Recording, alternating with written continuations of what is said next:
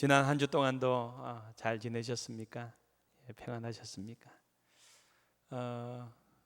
우리가 이제 계속적으로 여호수아서를 살펴보게 되는데, 저는 이 여호수아서를 읽으면서 예전부터 이런 생각을 한번 해봤습니다. 왜 여호수아인가? 모세 다음에 이스라엘 백성들을 이끌 지도자로 여호수아가 이렇게 서게 됩니다. 그런데 왜 여호수아인가? 다른 대안은 다른 사람은 없었을까? 여러분, 전혀 없는 것은 아니었지 않습니까? 갈렙이란 믿음의 사람도 있었습니다. 그런데 왜 갈렙이 아니고 여호수아가 이 모세를 이어서 지도자가 되었을까라는 이런 생각을 해보았습니다. 하나님께서 모세 다음에 여호수아가 지도자가 될 것이라고 이렇게 모세에게나 아니면 이스라엘 백성들에게 이렇게 직접 말씀하셨을까요? 성경에 그런 내용은 나오지 않습니다. 아니면 모세가 이스라엘 백성들 전체를 불러 모아서 이제 다음 지도자를 세워야 되는데 한번 투표를 하자라고 해서 이스라엘 백성들이 투표를 통해서 이 여호수아를 뽑았을까요? 여러분, 그런 내용도 성경에 나오지는 않습니다. 성경에 이 모세 다음에 여호수아가 지도자가 된 것을 자연스럽게 그냥 이렇게 넘어가지 어떠한 이유와 원인에 대해서 그렇게 명확하게 드러내놓고 있지 않습니다. 그래서 저는 성경 말씀을 읽으면서 이런 이유가 아닐까 이렇게 생각을 해봅니다. 오늘 여호수아서 1장 1절 말씀에 보면 여호수아를 이렇게 소개하면서 어떻게 소개하고 있습니까? 모세의 수종자라고 이렇게 말하고 있습니다. 이전 성경인 한글 개역 성경에서는 모세의 시종이었다라고 이렇게 말합니다. 성경에 보면은 이 여호수아가 40년 동안이나 이 모세를 수종 들었다, 모세의 시종이었다라는 것을 성경을 통해서 우리는 보게 됩니다. 어떻게 보면 다른 말로 하면은 모세의 종과 같은 그런 존재로서 40년 동안 모세를 잘 섬기는 자가 여호수아였다는 겁니다. 여러분, 예수님께서 이 땅에 오셨을 때에 많은 사람들에게 이렇게 말씀하셨습니다. 나는 섬김을 받으려 온 것이 아니고 섬기러 왔다. 나는 내 목숨까지 이 모든 사람들을 위해서 내어주며 섬기기 위해서 이 땅에 왔다. 나는 섬기는 자로 이 땅에 왔다 라고 이렇게 말씀하고 있습니다. 여러분, 저와 여러분이 예수의 사람인 줄로 믿습니다. 그렇다면 저와 여러분도 섬기는 자가 될 수 있기를 소망합니다. 저는 성경에서 왜 여호수아가 모세 다음에 지도자가 되었다라는 것을 명확하게 말하고 있지 않지만, 저는 한 가지 이유를 댄다고 한다면은 여호수아는 40년 동안 모세를 잘 섬기는 사람이었습니다. 섬기는 데에 있어서 잘 훈련받은 사람이었습니다. 그래서 하나님께서는 모세 다음으로 이스라엘 백성들을 섬기는 자로 여호수아를 세워주셨지 않을까 이렇게 생각을 합니다. 저는 아름다운 공동체, 아름다운 교회는 섬기는 공동체, 섬기는 사람들이 모인 그런 공동체 교회라고 생각을 합니다. 여러분, 오늘 주일 이렇게 예배에 오시면서 어떤 마음과 어떤 생각을 가지고 오셨습니까? 저는 이런 마음과 이런 생각을 가지고 참 우리가 교회 예배에 나왔으면 좋겠다라는 생각을 해보았습니다. 오늘은 내가 누구를 섬길까? 또 무엇을 섬길까? 어떻게 섬길까? 이것을 준비하고 이것을 생각하고 이것을 위해서 기도하고 우리가 와서 함께 누군가를 섬기고 또 무엇을 섬길 때에 우리 월계교회 공동체가 앞으로 더 아름다운 공동체가 되어질 줄로 믿습니다. 목사로부터 해서 모든 사람이 서로를 섬길 때에 주님께서 이 땅을 위해서 목숨까지 내어주시면서 섬겼던 그 아름다운 공동체가 여러분 우리 월계교회를 통해서 또 주님께서 이 땅에 나타나게 하여 주실 줄로 믿습니다. 여러분, 오늘 예배를 마치고 우리가 돌아가서는 가정을 섬기며 또 우리가 한 주 동안 만나는 사람들을 섬길 수 있는 섬기는 자로 하루하루를 살아가는 저와 여러분의 복된 삶이 될 수 있기를 주님의 이름으로 축복합니다. 오늘 본문 말씀은, 오늘 10절 말씀은 이렇게 시작합니다. 이에 여호수아가 라고 이렇게 시작합니다. 여러분, 이에 여호수아가 라는 것은 오늘 10절 말씀부터 따로 떼어진 그런 말씀이 아니라는 겁니다. 오늘 10절부터 마지막 절까지의 말씀은 여호수아가 요단강을 건너기 전에 이스라엘 공동체에게 지시하고 또 명령한 내용들이 나오고 있습니다. 그런데 여호수아가 이제 우리가 요단강을 건널 준비를 해야 됩니다, 이런 준비를 해야 됩니다 라고 이렇게 지시를 한 것이 그냥 있었다는 것이 아닙니다. 이에 여호수아가 앞에 내용을 연결하고 있습니다. 여러분, 이에 앞에 무엇이 나오고 있습니까? 하나님께서 여호수아에게 오셔서 말씀하신 내용이 나옵니다. 하나님의 약속의 말씀이 나옵니다. 하나님의 위로가 나옵니다. 하나님의 격려가 나옵니다. 여러분, 여호수아가 요단강을 건너는 시작은 언제 시작하였습니까? 여러분, 여호수아가 정함으로, 여호수아가 리더로서, 지도자로서 이때입니다, 지금 이 시기가 요단강을 건널 때입니다 라고 시작하지 않았다는 겁니다. 아니면 여호수아와 이스라엘 백성 공동체가 모여서 요단강을 지금 건널 최적기인가, 이런 것을 생각하여서 요단강을 건널 만한 그런 때가 되어서 지금 요단강을 건널 시도를 하고 있습니까? 그렇지 않다는 걸 우리는 이미 알고 있습니다. 여러분, 요단강은 건너기에는 가장 부적절한 시기입니다. 건널 수 없는 불가능의 때가 바로 이 때입니다. 왜냐하면 물이 가장 많이 차고 물결이 가장 셌던, 다른 때라면 몰라도 이 때는 요단강을 건너기 불가능한 그런 때였습니다. 여러분, 여호수아의 어떤 생각이나 이스라엘 백성들이 또 생각했던 때, 그리고 어떤 환경과 형편의 그런 상황을 고려해서 요단강을 건너려는 시기를 정한 것이 아니라, 이에 여호수아가 우리가 요단강을 건널 시기입니다, 3일 안에 우리가 건너야 됩니다 라고, 이렇게 3일 후에 건너야 됩니다 이렇게 말한 것은 하나님의 말씀이 임한 때입니다. 하나님이 정한 때입니다. 하나님의 때, 하나님의 시간입니다. 그때에 여호수아가 이스라엘 백성들에게 우리가 요단강을 건널 때입니다 라고 이렇게 말했다는 겁니다. 사랑하는 성도 여러분, 우리의 삶 가운데 하나님의 시간이 있기를 주님의 이름으로 축복합니다. 여러분, 우리가 많은 일들을 하지만은 우리의 삶의 시간들 가운데 하나님의 시간, 하나님의 때가 있기를 바랍니다. 이에 여호수아가 하나님께서 말씀을, 약속의 말씀을 통해서 우리에게 약속해 주신 이 말씀이 우리 마음속에 감동이 되어서, 아, 이제 내가 일어날 때다, 내가 이제 누군가를 섬겨야 할 때이다. 여러분, 이런 하나님의 시간, 하나님의 때가 우리의 삶 가운데 순간순간 일어날 수 있기를 주님의 이름으로 축복합니다.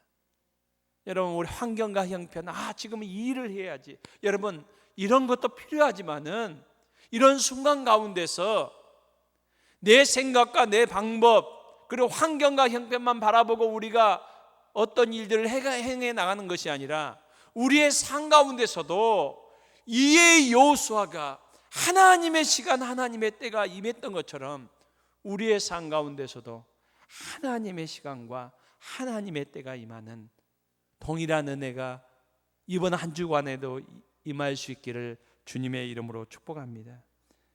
여호수아가 요단강을 건널 준비를 시작한 그 동력은 어디에서 생겼습니까? 여러분 바로 앞에 이에 여호수아가 이에 요단강을 건너자라고 이스라엘 백성들에게 얘기를 합니다. 그 앞에 어떤 내용이 납니까? 하나님께서 여호수아에게 오셔서 여호수아에게 위로하시며 격려하시는 말씀들이 나옵니다. 5절로 9절 말씀에는 여호수아야 내가 너와 함께 하겠다. 6절 7절 9절 말씀에 보면은 하나님께서 여호수아에게 너는 강하고 담대하라 라고 이렇게 말씀합니다. 여러분 두렵고 떨리던 그 여호수아에게 하나님께서 찾아오셔서 여호수아를 위로하고 격려해 주시는 그 은혜가 여호수아에게 임했을 때에 그 힘으로 이에 여호수아가 백성들이여 우리가 요단강을 건널 때가 되었습니다. 여러분 우리에게도 이번 한 주간 이런 은혜가 있기를 소망합니다. 오늘 말씀을 통하여 이 시간 들려지는 말씀을 통하여 그리고 여러분 매일매일 하나님께서 우리에게 주시는 말씀을 통하여 그 말씀이 우리에게 위로가 되고 격려가 되고 힘이 되어서 세상을 담대하게 나갈 수 있는 동력이 되어질 수 있기를 소망합니다. 여러분 바울 사도는 그래서 빌립보 성도들에게 이렇게 선포합니다. 내게 능력 주시는 자 안에서 내가 모든 것을 할 수 있다. 여러분 이 땅을 살아가면서 우리가 여러 가지 것들이 필요합니다. 여러분 건강도 필요하고 또 물질도 필요하고 또 사람도 필요합니다.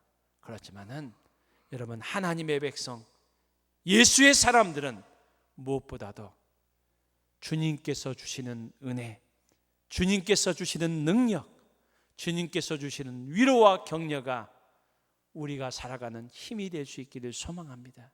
그러므로 한 주 한 주 매일매일 우리가 하늘로부터 오는 주님께서 주시는 주님께서 공급해 주시는 힘, 위로와 격려를 우리가 소망하며 또 갈급해하며 그 힘으로 살아갈 수 있는 우리 모두가 될 수 있기를 주님의 이름으로 축복합니다. 여러분 여호수아가 이제 하나님의 말씀을 듣고 이제 이스라엘 백성들에게 지시를 합니다. 먼저 11절 말씀에 보면은 백성의 관리들에게 강을 건너기 전에 먼저 준비해야 될 것들을 말하고 있습니다. 11절 말씀에 무엇을 준비하라고 이렇게 말합니까? 양식을 준비하라. 양식을 준비하라. 이전까지는 광야 40년 동안 만나를 이렇게 하나님께서 하늘로부터 공급해 주셨는데 이제는 만나가 그치게 됩니다. 이제 이 요단강을 건너서 가나안 땅을 이렇게 들어가기 전에 먼저 준비해야 될 것, 양식을 준비하라고 이렇게 말합니다.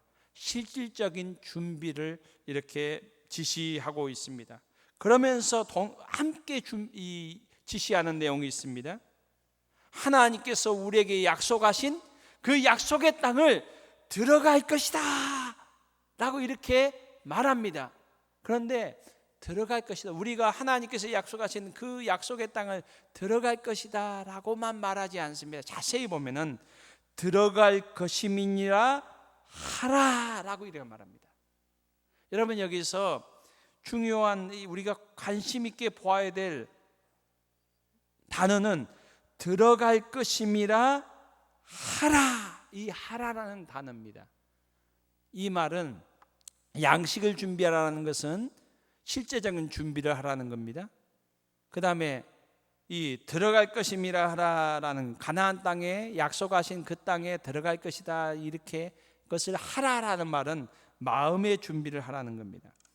여러분 이 말은 백성들에게 하나님께서 약속하신 그 땅을 이제 들어갈 때가 되었다라는 것을 전달하라는 의미에만 머물지 않습니다.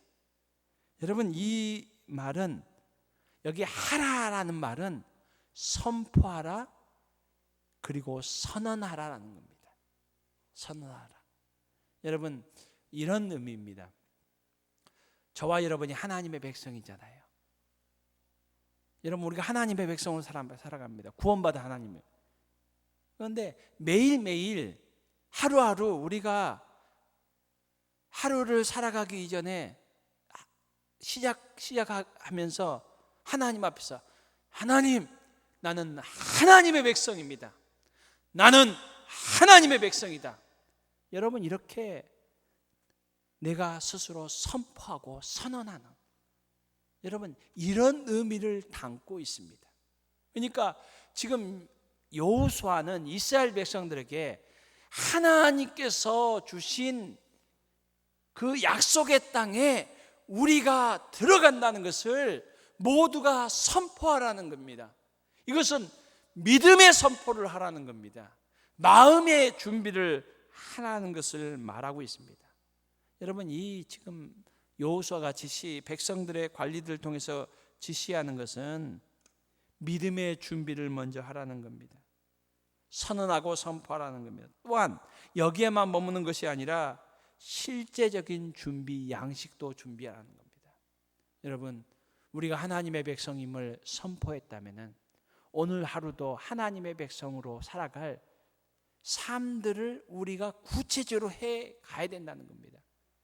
여러분, 우리가 교회 와서 기도만 하고 하나님, 내가 남편을 사랑하게 해 주십시오, 아내를 사랑하게 해 주십시오, 우리가 기도했다면은, 하나님, 내가 이제는 남편 사랑합니다, 이렇게 선포했다면은, 여러분, 집에 가서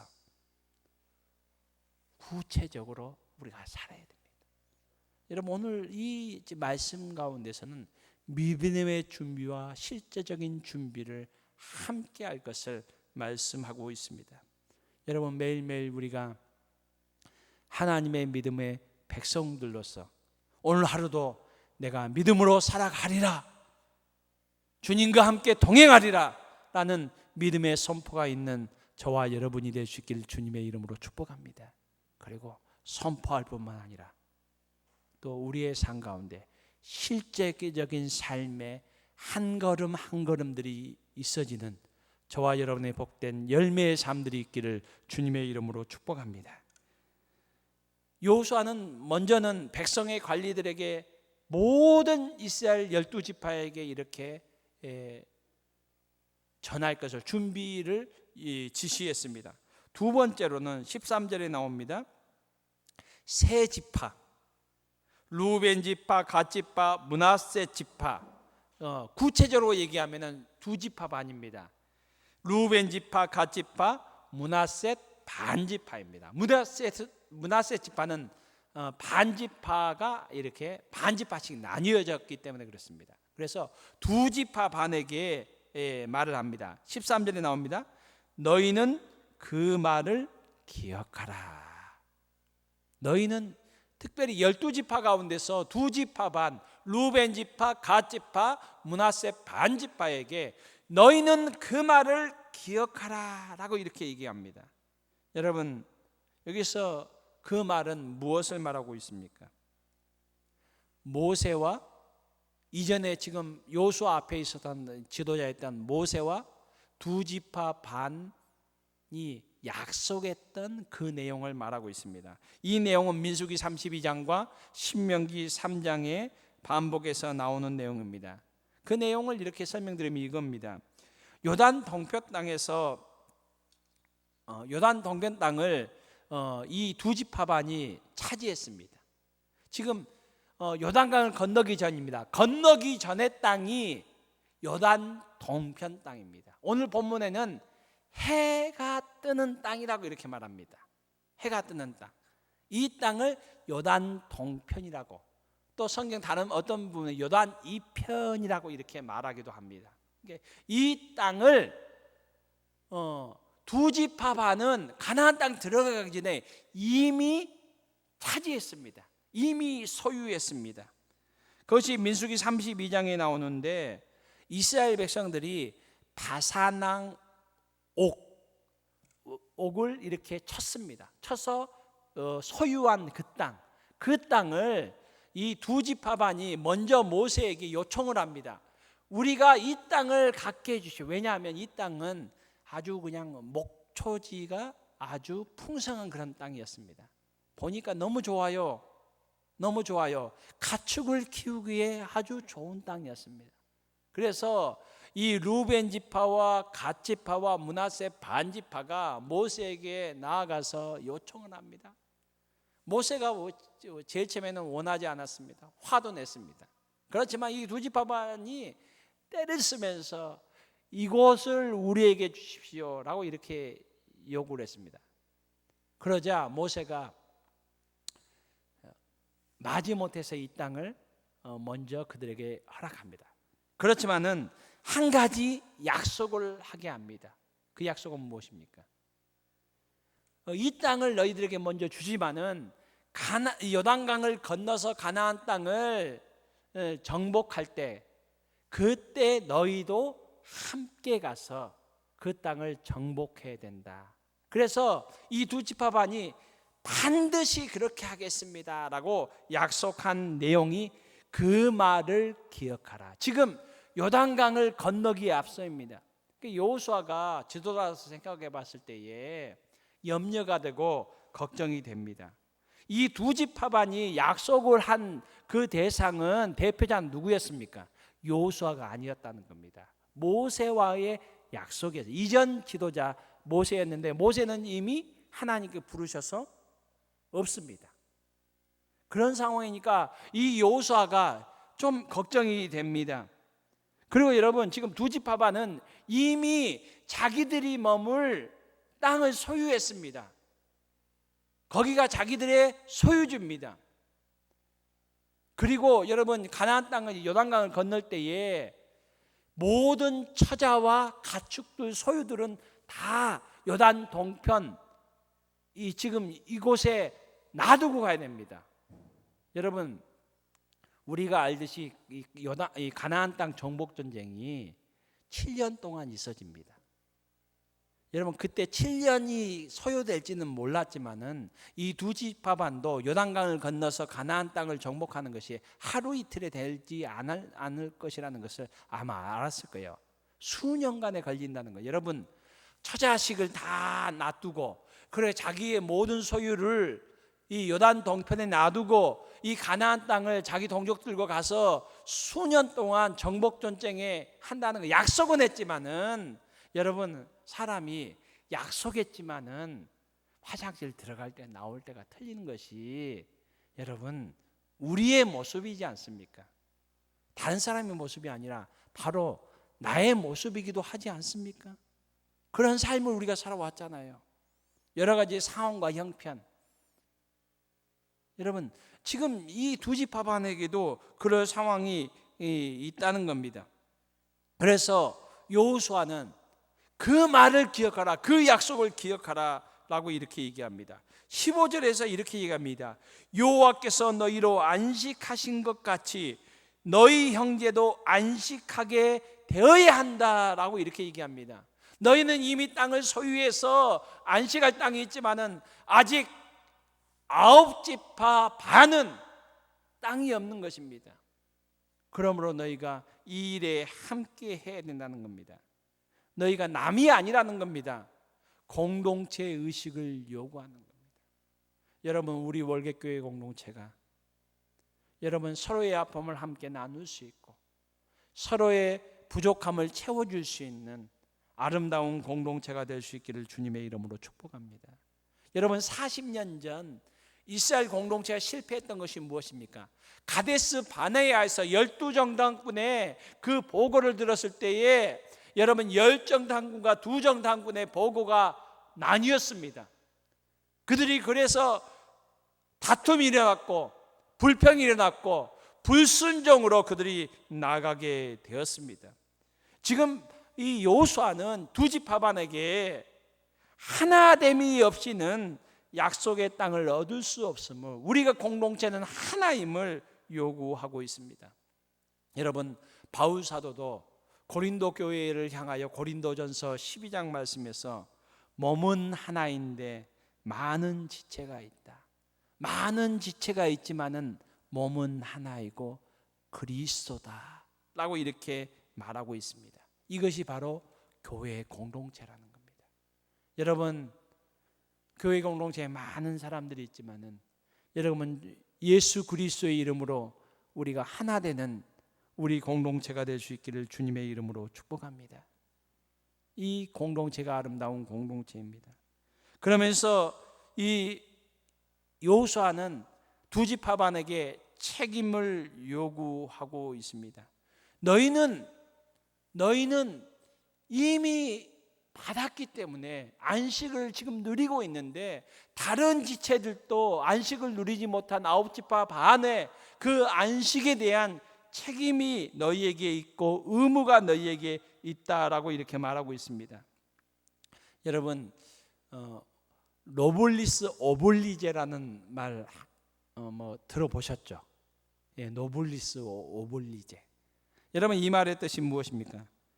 예, 많이 누린 만큼 그에 대한 책임과 의무가 따른다는 겁니다.